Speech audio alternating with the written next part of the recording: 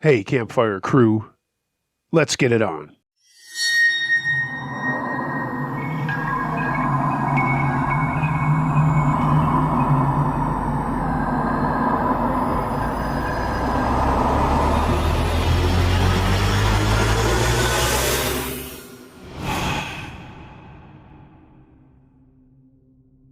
Crazy Guy and His Dogs, submitted by Alex D. This was messed up. A few years ago, read 15, I was 13 years old and my friends and I decided that we were too old for trick-or-treating. We were just going to hang out with our little gang of guys, and Paul brought up bringing some beers and going out to this secluded pond to hang out. He was a whoops kid and had an older brother who was 21, so getting some beer was no big deal. He got a case of Natty Lights and loaded up an old newspaper bag, and off we went. There were two more of us, Alan and Dudley. Yeah, his name really is Dudley, but we called him Dude. And we all set out to this pond about a mile away from our neighborhood. We knew there was a house on one end of it, but we figured if we stayed on the other end, no one would notice us and we could keep a low profile and still have a good time. So we got there and it was a good time for a while, just hanging out and being guys. I don't remember who, but someone suggested we go swimming in the pond on a dare. This wasn't a huge pond, but it was big enough and kind of scary in the dark. There was a moon out, but we'd just been hanging out under the stars and didn't make a bonfire so as not to get our asses caught. With a few beers in us, we thought it would be fun to creep into the water, and swimming at night with no lights was scary enough. Also pretty stupid when you don't know what kind of water you're getting into, especially in Georgia. But we did it anyway, and it would be someone on land that was scarier than anything we could have come across in the lake. We got down to our boxers and waded into the water with our beers, laughing and kicking water at each other, calling each other inappropriate names, and making bets on who would puss out first. When we were all out in neck-deep water, we heard some noise from the land and trees where we just were. I stopped splashing and said, "Guys, there's someone over there." That's when we heard a grunt and some growling. We stopped fucking around and looked into the dark, and I saw the cherry of a cigar or a cigarette in the gloom. We started heading back to the land when we heard a voice from the dark say, "I don't think so." It wasn't a friendly voice, and then we heard barking. I stopped, and so did the guys. "This is private property, you know," said the voice, and the dogs started barking again. There were two of them, and in the gloom I could see they were German shepherds. We could see them as the guy walked forward. I spoke up and said, "Hey, we're just messing around, we're not looking for trouble," and Paul added, "Yeah, we'll leave if you want." There was silence other than the dogs growling. Then another grunt, and we could tell the guy had sat down in one of our folding chairs. "No, you ain't going anywhere." We stood quiet for a minute, and I asked, "For real, mister?" "Yep. Enjoy that water." Paul whispered, "What do we do, guys?" None of us had any idea who this dude was, but in the little light there was, I could see him sitting with the two dogs, and he was holding a shotgun in his lap. I whispered to everyone about the gun, and no one said shit. "Seriously, man, we'll just get our stuff and go," I said. A long silence. "Now you don't like my water? You were liking it just a few minutes ago. Which one is it, you little shit?" Now the other guys and I were really getting freaked out, and it was getting colder. It didn't take long for us to practically start begging this guy to let us get out of the water, but he didn't do anything. He just sat there. Finally, after like a half hour of us pleading with him, he said, "Tell you what, how long can you hold your breath?" None of us said a word, but we could see him stand up. "All of you, under the water. First one up gets this." And he cycled the shotgun. He counted down, 3, 2, 1, and we all jumped down under the water and held our breath. I don't know how long I was under, but I wasn't the first one back up. When I poked my head out of the water, I saw a dude was already up, and the other guys popped up breathing hard. We all looked at the shore, but the guy was gone, and so were his dogs. We stood there shivering, not saying anything, until we heard dogs barking in the distance, and Paul took a chance and ran for the shore, and we followed. The guy was gone, but he had taken all of our clothes. The rest of our beer and our camp chairs were there, but our clothes were nowhere to be found. That was it, though. We all took off running like hell back to our neighborhood, yelling out in pain as we tripped and stubbed our toes on roots and shit in the woods. We booked it to Dude's house, as that was the closest, and his dad was out in their garage workshop. He took one look at us and said, "Go in and get clothes and get your asses back out here." We did, and though we weren't all the same size, and Paul, who was the fattest, looked so stupid in smaller clothes, we burst out laughing despite still being scared. We went back to the garage and told Paul's dad what had happened, including the beer that we had drank, and he just stood looking at us for a long time. "Go call your parents and tell them to come get you," he said, and we did. When our dads got there, we told our story all over again, and my dad and Paul's dad got into my dad's truck, and they drove out to the house that was on the pond. The other guys went home, and me and Paul just waited. They came back, and my dad took me home, and I was immediately grounded for 2 months for the beer. But after that, my dad hugged me and told me that it was a lesson learned. Don't do stupid shit in the woods, and you won't get into trouble. Paul's dad called the cops and reported the incident after the guy at the house out there said he had no idea what had happened or who that guy was. To this day, we have no idea who he was or what he was doing out there. But we never went back to that pond, not even to fish, which we could legally do. There's a lot of psychos out there, and I guess maybe only some of them come out on Halloween.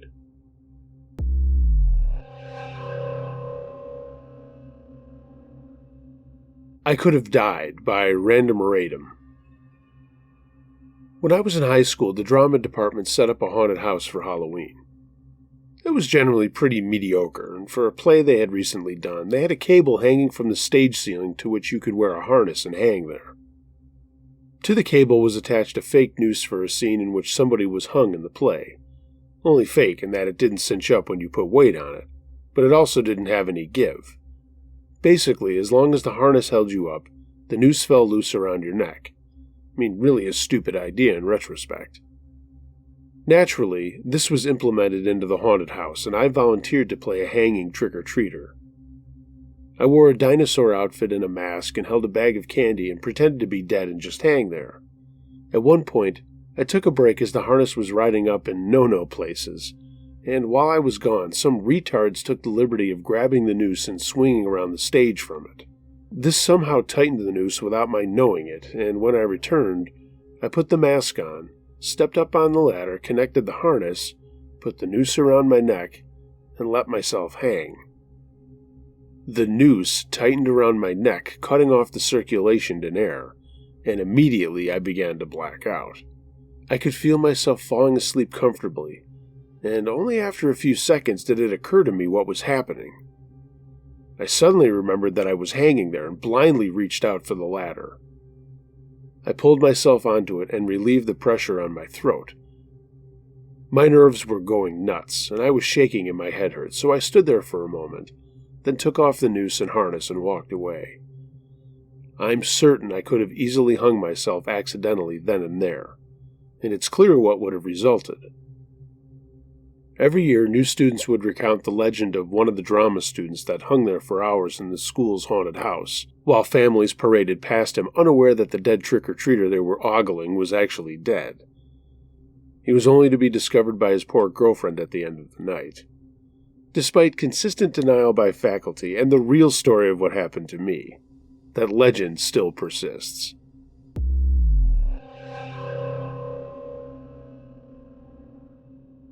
Halloween Soldiers by Bullet Doll. The house I lived in before this one was beyond haunted, though we never physically saw anything. When we first moved in, we were redoing the floor in the kitchen and the master bedroom. My husband at the time would leave for work, and I'd be left alone in this house with no furniture, no floors, and nothing to do. I can't explain it, but alone in that bedroom at night, I felt the most mind-numbing fear you could ever think of. I couldn't stay in that room. I bolted out of the house one night at 4 a.m. after he'd left and slept in my car with my dog until daylight. And that was just the first experience. A week or so later, the house was finished and we moved all the furniture in and I began sleeping in my real bedroom across the house. A friend and her husband moved in with us and the boys went away for training for 2 weeks. They were U.S. Marines and they were leaving us girls to fend for ourselves. The first night, my friend came running into my bedroom asking to sleep with me because her bed was shaking. I laughed it off, thinking she was probably just sleepwalking and made room for her. But no more than 5 minutes later, my bed started shaking like there was an earthquake going on. We stayed completely frozen and waited for it to stop. But the next night, same thing. Night after night, our beds would shake, and we were terrified. Her bedroom was the one that I had slept in when we first moved in, the room where I felt the mind-numbing fear. She refused to sleep in there alone. She said she'd heard something like fingernails in the closet scratching from the ceiling all the way to the floor. Another night, she went to sleep with her closet door closed and her fan off. But she woke up an hour later with her door open and the fan on. Another night, she was in my bathroom and I was in my bedroom when both lights cut. We figured, okay, old house, power outage. We made our way down the hallway and started flipping switches. Every other light in the house worked, except the 2 rooms that we were in. I called my father, who was an electrician, and I asked for some help. Everything was working perfectly, yet still no lights. After 20 minutes of arguing with my father that we were not going back into that room, we finally did walk back into the room, and both lights magically came back on. We set up a video camera one night around Halloween last year, hoping to capture something. We positioned it on my kitchen table pointing down the hallway to my room. The first video had shadows crossing the walls when no one was around, and the picture would randomly distort and become fuzzy and then become clear again. We fully charged the camera and set it up to run for the next 4 hours. In the video, you can see my ex-husband and I walk down the hall, go into our bedroom, and when we turn off the lights, the video stops. The battery was dead after 6 minutes of video, and it had a full charge. Then we were having a bonfire with a bunch of my ex-husband's friends. The boys all came in the house to grab some food and beer, and this guy named Clark was the first out the door and came screaming back into the house. Everyone just kind of stared at him like he was crazy and asked him what happened. He swore up and down he'd seen 3 men in Civil War uniforms standing around the fire. Clark certainly wasn't drunk, but he was scared out of his mind. Activity slowed down after that, and just little things here and there would happen. Whatever it was got used to us and turned from scaring us to playing jokes on the new people who came over to spend the night. Their things would go missing, the couch or bed they would be sleeping on would shake, but my bed never did again. It almost became a joke around the house. But we never really did see anything.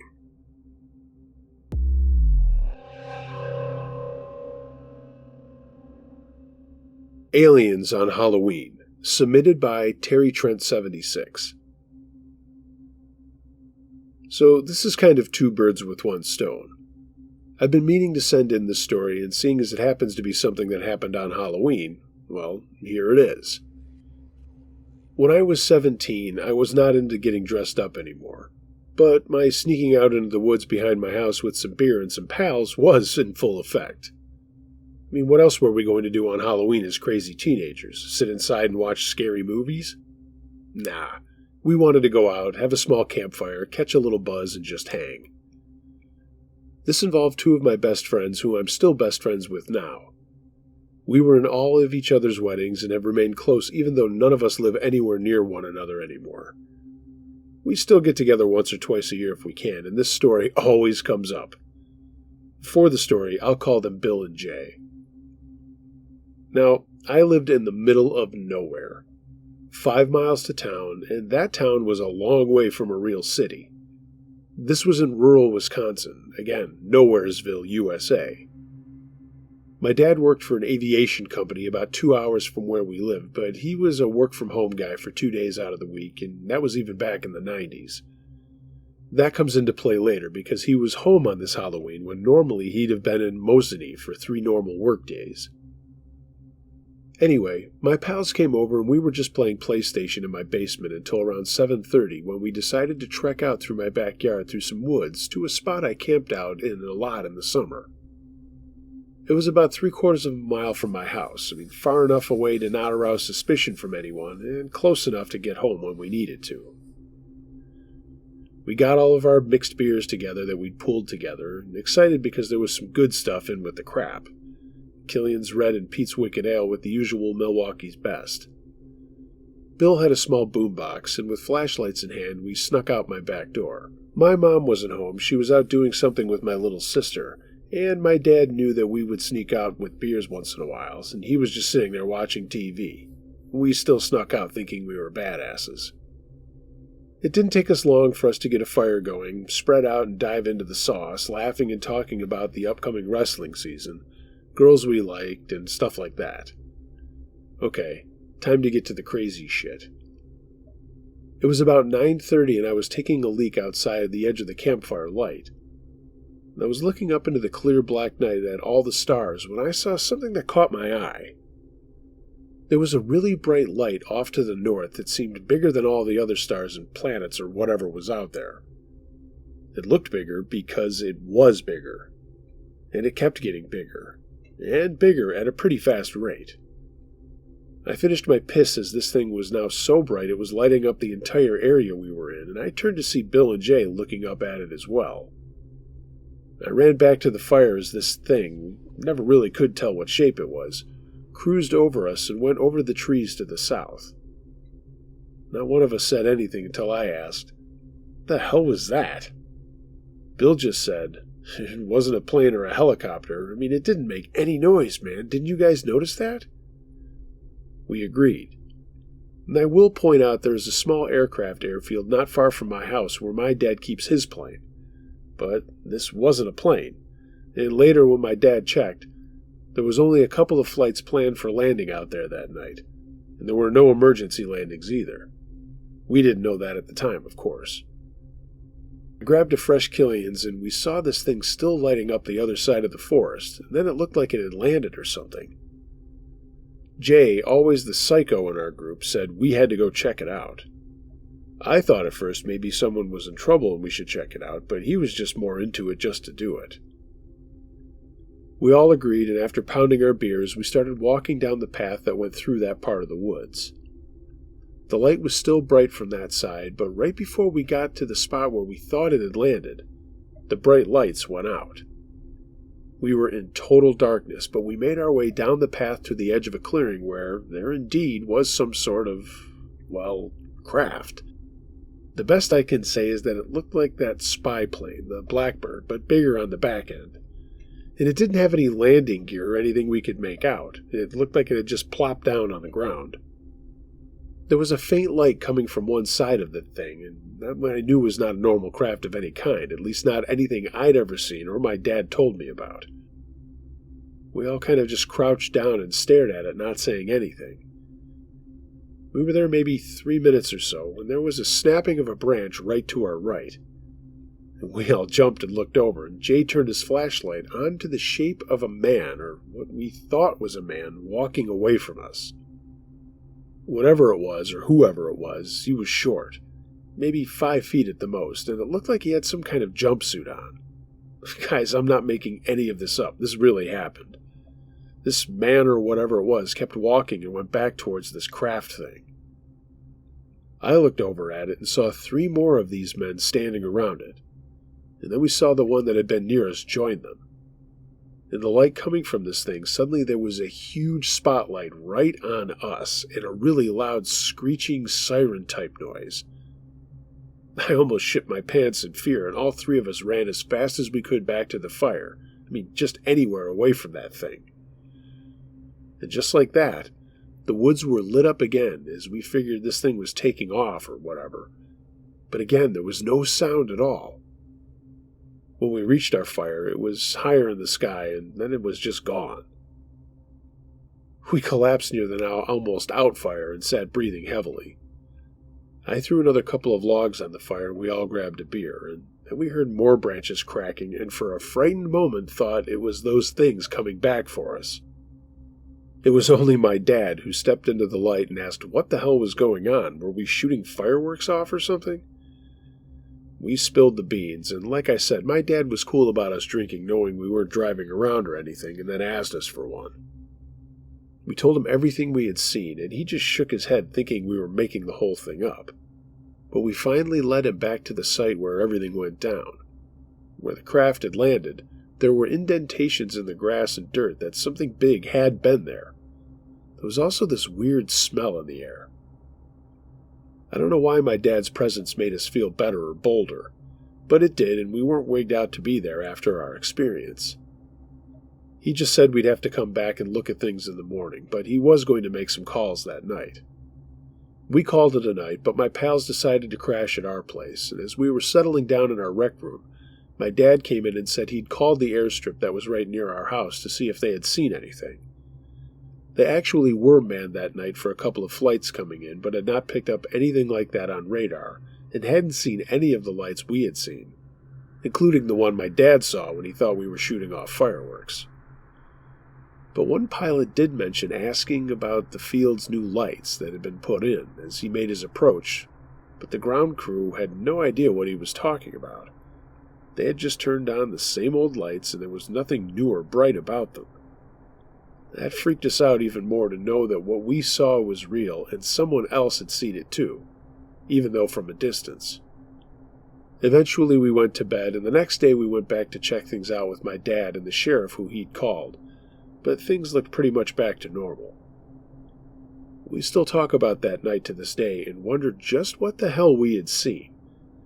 Was it some government thing we weren't supposed to have seen, or was it really something from out of this world?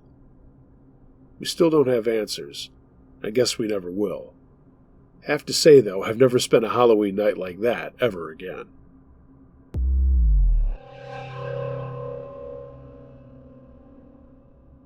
Stalker at My Own Party, submitted by Agnes H. One Halloween night when I was a senior in college, me and my friends and I decided to throw a party at my house. We transformed our shitty basement into a haunted haven, complete with cobwebs, flickering candles, and lots of goth music. Good 90s stuff. Little did we know, this party would soon turn into a nightmare that went on long after Halloween. As the night wore on, the party was in full swing, and all of our friends were drinking and playing drinking games and having a blast, all dressed up in our costumes. We'd stopped taking the normal $3 per solo cup at the door, so no one noticed a stranger make his way into the party. I remember asking my housemate Cindy who the guy was that was dressed in a tattered jacket and wearing a Michael Myers mask. She didn't know, so we just assumed it was a friend of a friend, another college student looking to join in on the fun. But as the night progressed, something felt off. This guy kept to himself, not drinking, not playing Circle of Death or Three-Man. He just lurked on the edge of the party, his eyes fixated on the crowd, and I thought he was also fixated on me. He was creeping me out, but I brushed it off as it just being Halloween, and I did have a head full of beer. Around midnight we were wrapping things up as people were going to head out to the bars, and I looked around for the guy. He was gone, or so we thought. My housemates also wanted to go out, so we just got cleaned up a little and fixed our costumes and makeup, and then headed out, locking the door behind us. The bars around us closed at 2 back then, and we all wandered home with guys we liked or were dating, me being the former, meeting a new guy that night. No, I was not a whore, it was just a hookup. That's when we noticed the front door of our house was open. I asked my housemates if we had locked the door, and my roomie assured me she did. 2 of the guys with us had been at the party and seen the creeper and told us to stay outside, and they went in to check things out. We were all totally freaked out at this point when they came back after a few minutes. One of the guys, I'll call him Jeff, said, Agnes, you need to call the police. We all ran inside, and I asked why, and he led me upstairs to my bedroom with my roomie. On my bed were all these pictures of me around campus and town, and I clearly didn't know I was being photographed in any of them. But that wasn't the worst. There was one picture above my headboard, a knife stabbed into it and the wall. And there was stuff all over my pillows. Guy stuff, if you know what I mean. I screamed and then began crying as my roomie called the police and said for everyone to get out of the room. The police came and questioned everyone and then called more cops to take pictures of my room, and they took me and my housemates back to the station and asked us to identify everyone we could who was at the party. Which wasn't possible, as a lot of people we didn't know showed up.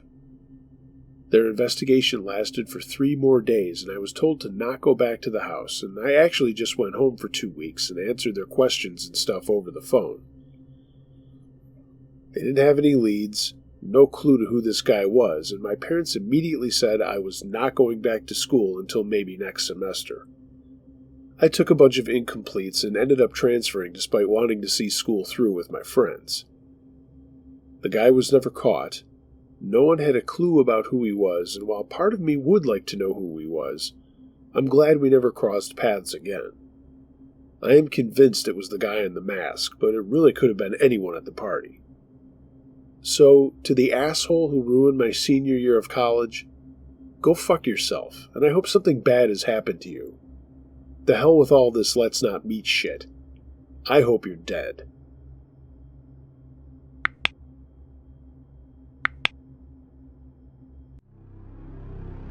Hey gang, thanks for listening to this episode of Uncle Josh's True Scary Stories.